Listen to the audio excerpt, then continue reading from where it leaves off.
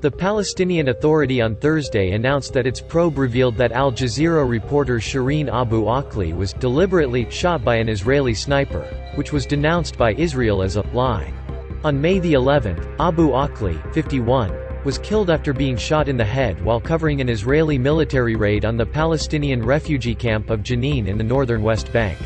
In a news briefing held at the Palestinian presidential headquarters in the West Bank city of Ramallah, PA General Prosecutor Akram al-Khatib previewed the final results of the investigation into Abu Akleh's death.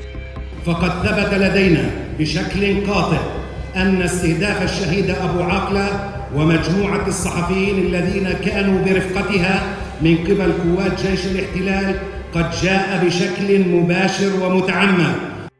However, Israel dismissed the findings of the Palestinian investigation as a blatant lie.